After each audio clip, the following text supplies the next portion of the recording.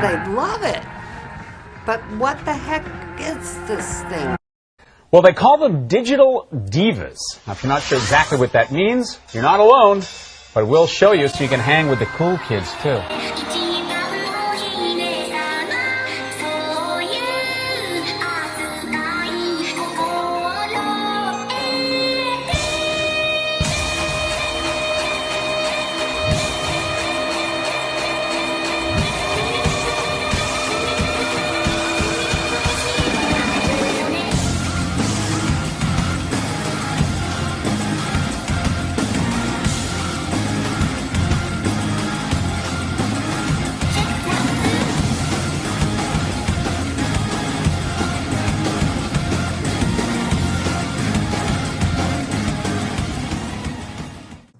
I wanted to say real quick that I have written down what I wanted to say, only just so I don't stutter my words or sound confusing. I just wanted to articulate this as cleanly as possible.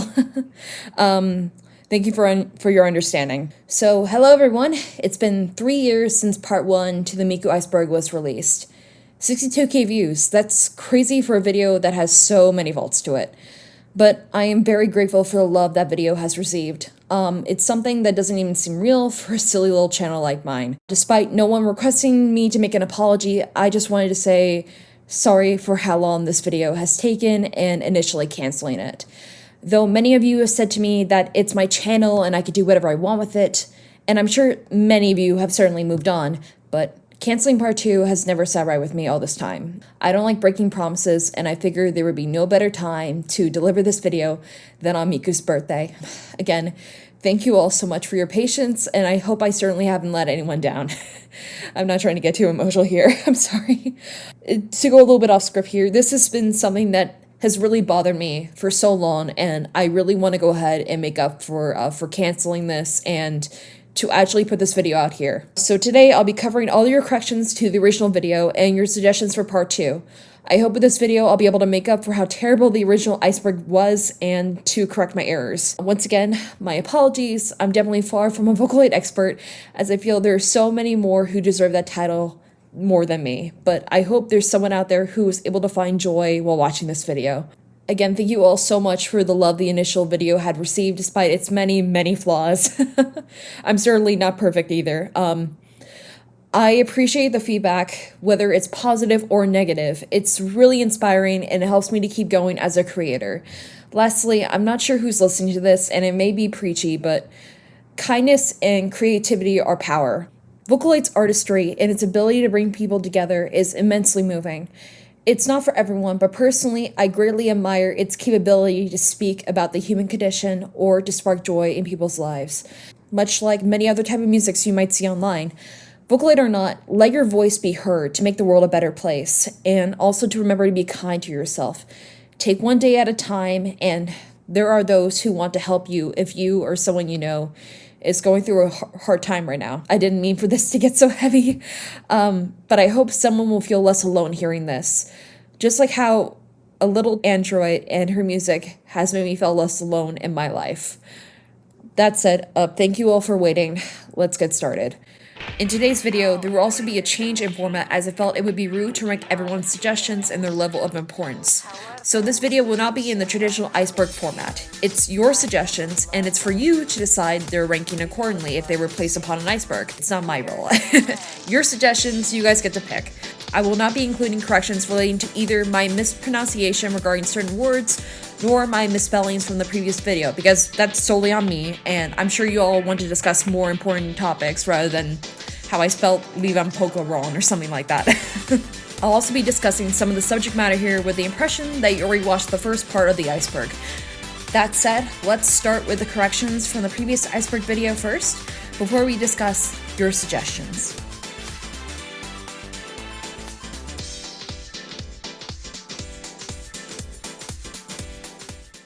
Thank you, Izzy Vitelli, for your correction.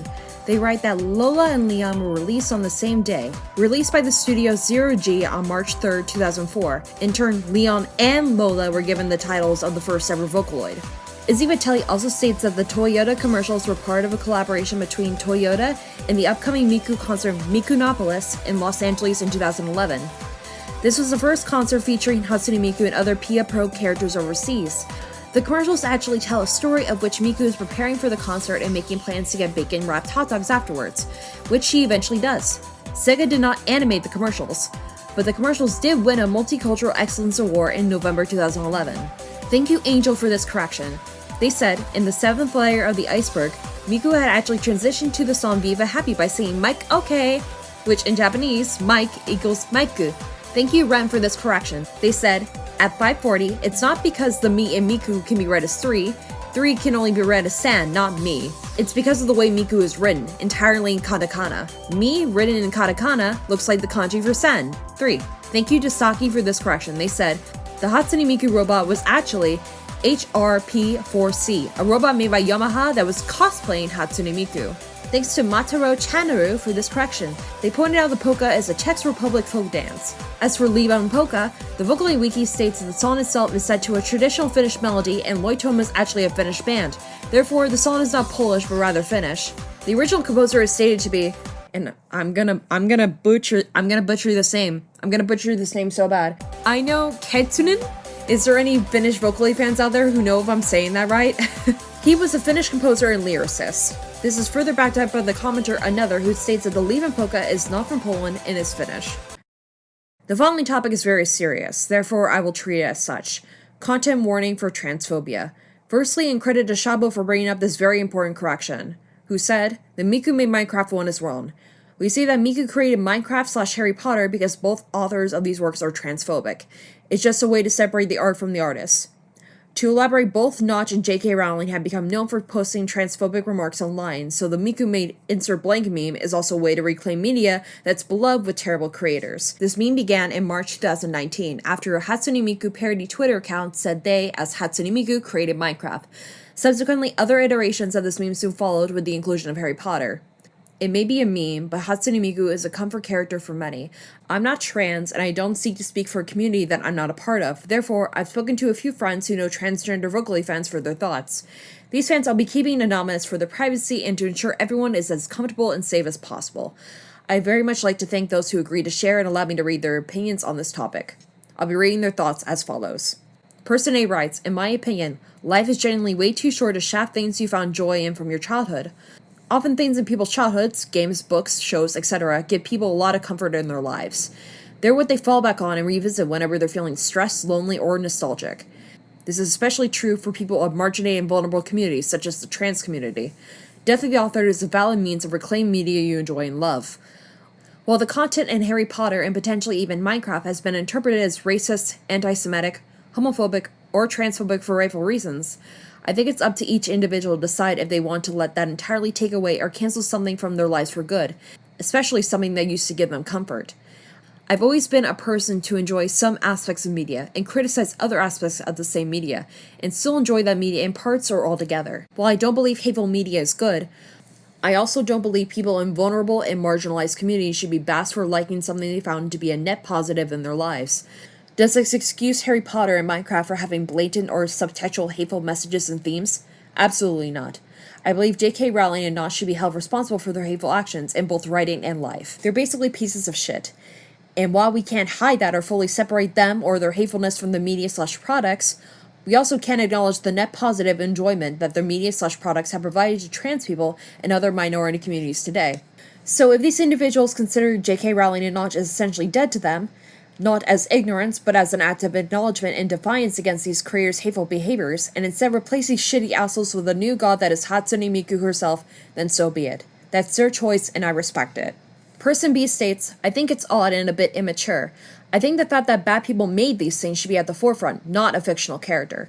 This is most immediately applicable to Harry Potter, because there's no real thinking going into it. You cannot detach Rowling from the franchise. Her politics and general shittiness are baked into it. Harry becomes a cop at the end. Goblins are clearly a Jewish stereotype. A cis-het white woman still wrote in a gay allegory as a predator plot point, and the ruling class has the correct authority to do whatever. It's just saving face for uncritically engaging in shit they shouldn't. Person C states, I agree with Person B.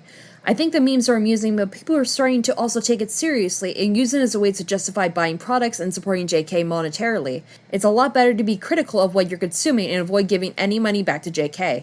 I'm all for the support of artists and small creators, though.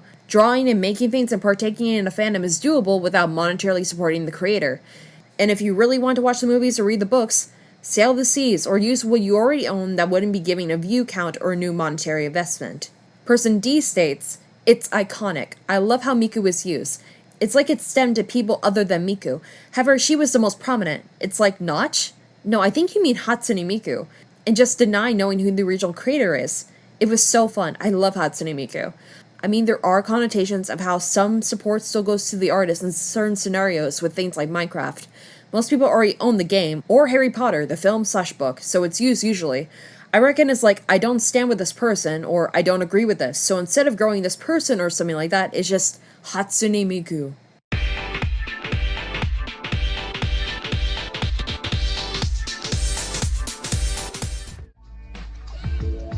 Run by Krypton Future Media, Pia Pro is a website in which you can share Vocaloid content with other users, such as music, illustrations, text, and 3D models.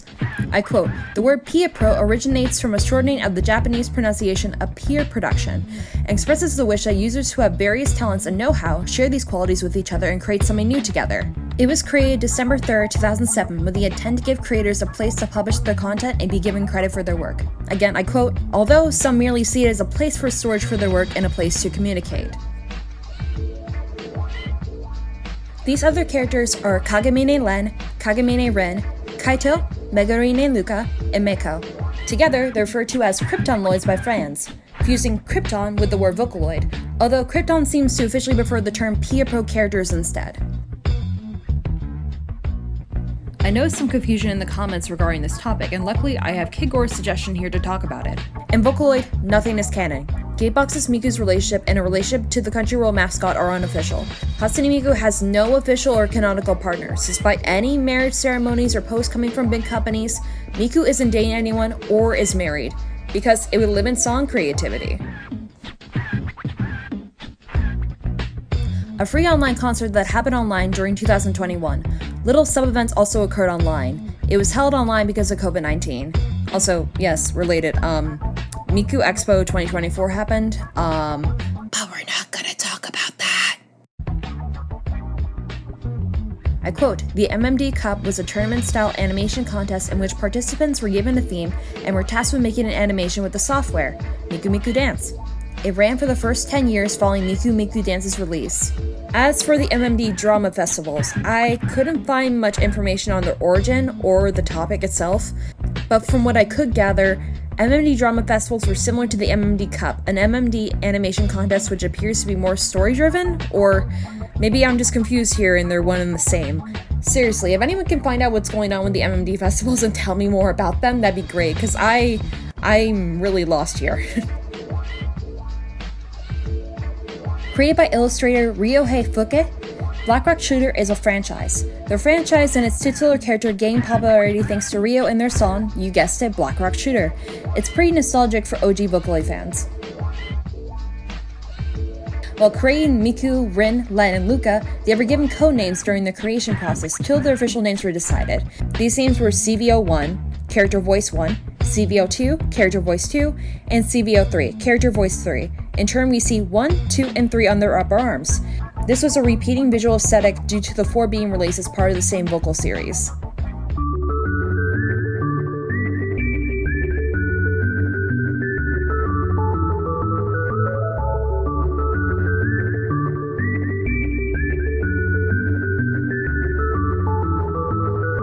Meiko and Kaito had codenames as well. Kaito's codename was Taro, while Meiko's codename was Hanako. These are very average, everyday names that were placeholders, essentially the equivalent of Jane or John Smith. However, in Meiko's development, the name Megumi was considered.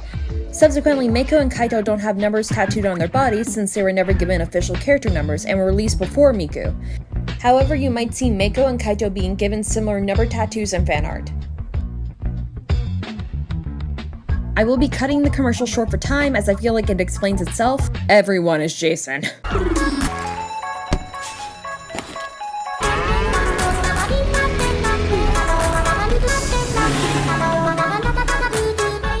2016 was a weird year if you were alive at the time. So once again, if it wasn't apparent enough, I can't speak Japanese fluently, so my pronunciation here might be wrong, apologies. But the Akatsuki is a spacecraft that was created in order to study Venus's atmosphere. A public campaign was held allowing individuals to send a name and a message aboard the spacecraft. 90 aluminum plates were made to carry these, and among them were 3 images of Hatsune Miku. So somewhere out in space is Hatsune Miku, just watching over space. She's out there right now. That's crazy. So if you've been online long enough, you'll know that this image is Neon Cat, a Pop-Tart cat flowing through space, which became a meme. However, the song used with it is called... I'm gonna pronounce all these, so... God help me. Nia, Nia, Nia, Nia, Nia, Nia, Nia, which was made by Danny Well P. Neon, or Nia, means meow in Japanese, hence its use. The original vocal for the music was Miku. However, Yutao Momone Momo's cover for the song might be what people are more accustomed to when it comes to the Neon Cat meme. Miku's first ever concert was Miku Fest 2009, which we luckily have footage of. Seeing the technology's evolution is very interesting. Sapporo is where Krypton Future Media is located, making it Miku's birthplace. Snow Miku and Sakura Miku are different iterations of the original Miku design. I quote, "Snow Miku is the character who enlivens the wintry Hokkaido. The design is based on a pure white snow sculpture of Hatsune Miku that was created for Sapporo Snow Festival 2010.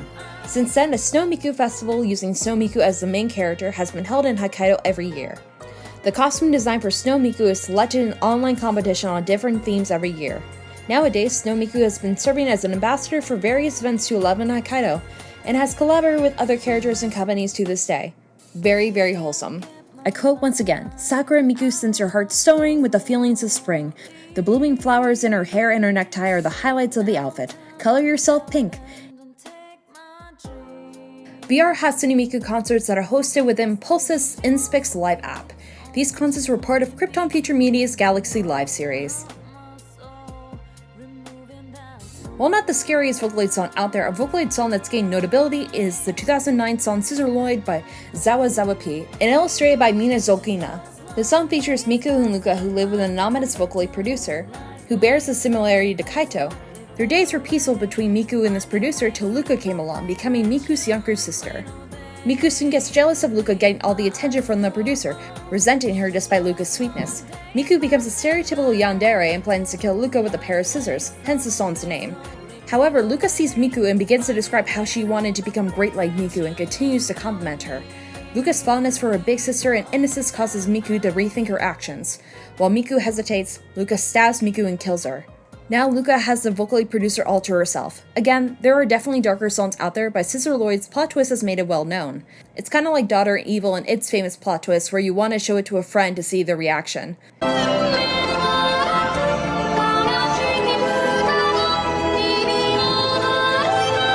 Also, I'm not legally responsible if you decide to show any of the songs featured here today to anyone. Okay, cool. I can't do that. Oh! What the scallop? A rhythm game developed as a collaboration between Sega, Craft Egg, Colorful Palette, and Krypton Future Media. Filled with a cast of original characters and Kryptonloids, Project Sakai has become very popular. I'm not part of the Project Sakai fandom, so I won't speak for it. However, from what I've seen, if you like rhythm games, character-driven stories, and Vocaloid, it's at least worth a try. Also, I made an unfunny meme, enjoy. Hatsune Miku.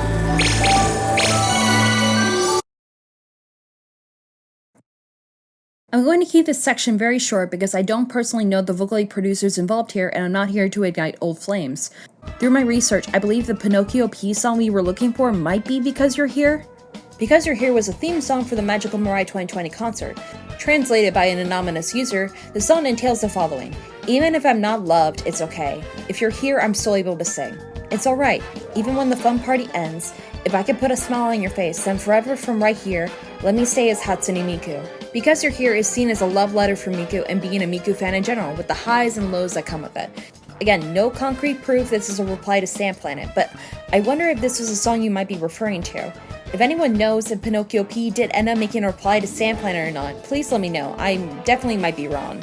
For Kurage P, we most certainly have his response. Once again, I'll keep it short. Thank you to VG Person for posting the interview. Listening to Hachi-san's Sand Planet. And reading the Natalie Emu interview he had with Ryo-san, I honestly got super angry at what they talked about. Like the lyric likening Niku Niku Doga to an already obsolete desert. Yes, I was fuming like, how can someone who hasn't been in the scene for years suddenly come back and talk about like he knows anything? Putting myself aside, you're gonna say Niatilin, Balloon, and Buna Ornstar and the people who supported the scene in these years are just sand? Hello everyone, I'm recording this post-edit, and I've been editing for several hours now. If I sound tired, that's why. But I guess I didn't record this part, and good thing I caught it. There's thunder outside. It's foreboding my doom. So I'm gonna go ahead and I'm just gonna fill in that part that I didn't record. One song that is arguably a response to Samplan was Jackpot Sad Girl by Sudo. Slight trivia, but Jackpot Sad Girl was commissioned for Project Sakai, which is neat. In a post on Twitter, he states, even though I was told I didn't need to reply, I still wanted to reply. It took me 3 years to reply just one word. To say the least, he made his feelings quite known towards Samplanet. You're totally not serious. You can't be that stupid, right? Lastly, before we get to you, please do not harass anyone. Liu Tenyi and Miku performed together in Shanghai. Together, they performed Be With You and One More Please, which were posted to the Chinese video sharing site Bilibili. The audience consisted of 10,000 people. In 2017, Big Boy did a collaboration with Killer Mike and Jeezy. The song in question was Kill Jill, in which Miku was sampled, from Digital Affection to Another 2.0. In the music video for Kill Jill, there's even a Miku cosplayer and you can see her pigtails fight for the car. In 2014, Pharrell Williams remixed KZ's Last Night Goodnight, turning its melancholic tone into something more upbeat. It was done for artist Takashi Murakami's Jellyfish Eyes, as Murakami is a close friend to Pharrell Williams. The music video appears to take inspiration from Takashi Murakami's art style, an art movement which is referred to as superflat. Superflat is heavily inspired by anime, manga, and otaku culture in general. The video features Miku obviously, as well as a stylized Pharrell Williams, Takashi Murakami, and KZ. Made by Masa, the Onabi series is their most well-known work. Under the horror genre, the Onabi series follows a set of original characters in the Edo period. This had seemed to be confirmed on Masa's Twitter, but the tweet itself appears to be gone now. The story features kidnapping, torture, murder, and cannibalism. Due to its nature, its imagery, and the songs themselves, the series has become well known. In the contiguous weird world of Hatsune Miku collaborations, Miku did a collaboration with Wendy's restaurants in Japan. Apparently, the collaboration seemed to be done in the name of Miku's birthday. As mentioned, the CA in her name stands for Calcium, and she debuted in 2018 as a VTuber. In a collaboration with the rhythm game Citus 2, developed by Ray Art Inc., Miku became part of the game as DLC. In Miku's story for the DLC, Miku lives her days as a pop star, unaware that she's not real. Upon finding out her real identity, Miku's able to sing one last time with the help of Furuhata, the man who created her. Even if Miku is fictional, she believes the happiness and emotions she brought to people are very real. Miku's DLC was for a limited time only. You are my dad. You're my dad. Wookie, wookie, wookie. Created by Cosmo, The Disappearance of Hatsune Miku is another Vocaloid classic. This song is known for being extremely fast, and the song tells of Miku being uninstalled but still willing to sing. I won't go into depth, but there are rumors that the song was based off a situation during 2007, in which you were unable to look up Hatsune Miku on Google and Yahoo, as if her entire existence was completely erased. However, there seems to be no concrete proof for this. There's another rumor this event had allegedly happened in 2009, but this is improbable since Cosmo released The Disappearance of Hatsune Miku in 2007. This is where we part ways. All my feelings disappearing into a void, reduced to zeros and ones. The story brings down the curtain. If I can't leave anything behind, wouldn't it be kind of a pity? Anything but the memory of my voice will fade, leaving only a name. Even knowing that I'll never live up to those in the world who made me, I want to think that what I had done was never in vain. So, we're at the end. Hopefully this time my research was more accurate than it was before. Yes, I am aware though that there's definitely some topics here where I definitely need your guys' help on. Once again, thank you all so much for your patience and support. It means the world to me. I hope you enjoyed the video. But I have one last thing to share. When I originally made part 1 to the iceberg, someone commented they share a birthday with Miku, so if you happen to see this, happy birthday! Okay, we're all set to go. Everything will be going swimmingly. Wait. What is that? No. It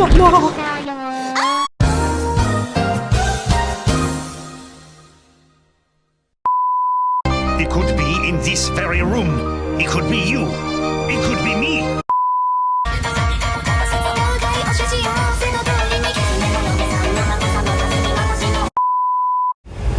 Start? I don't feel so good.